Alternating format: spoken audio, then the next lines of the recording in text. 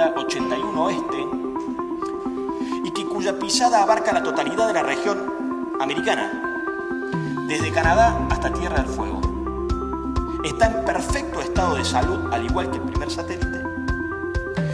A diferencia del primero, prácticamente no está comercializado. Para su comercialización se requiere de forma previa, entre otras cosas, trámites burocráticos que se tienen que concluir en distintos países donde tiene su pisada o la provisión de sus servicios, que son los denominados landing right, los permisos de aterrizaje, y que no fueron en muchos casos ni iniciados en ninguno de los países de América, de Centroamérica o del Norte. Ya hemos iniciado los trámites de landing right en todos los países latinoamericanos. Los más prontos a salir van a ser en Estados Unidos y Canadá. Los más dificultosos de salir va a ser México y Brasil. El viernes volvimos con una comitiva del evento más importante que congrega la industria satelital en Washington. Estuvimos con Intelsat, con Eutelsat, con Inmarsat, con Hispasat, con Jazzsat. Estuvimos con los proveedores, con Gilat, con iDirect, con Hughes.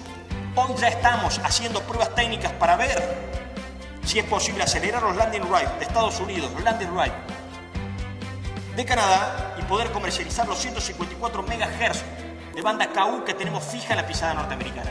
Estamos comprometidos con el desarrollo de una industria que promueva los satélites partes, que promueva la innovación tecnológica, que retenga nuestras mentes, nuestros científicos, sean de IPAC, sean de ARSAT, sean de CONARE. Digo, yo lo cuento porque una de las cosas que me llamaba la atención y empecé a preguntar es: ¿por qué tanto hermetismo? ¿Por qué no se puede conocer lo que está haciendo la empresa? Y lo preguntaba honestamente, porque bueno, capaz que estoy metiendo la pata.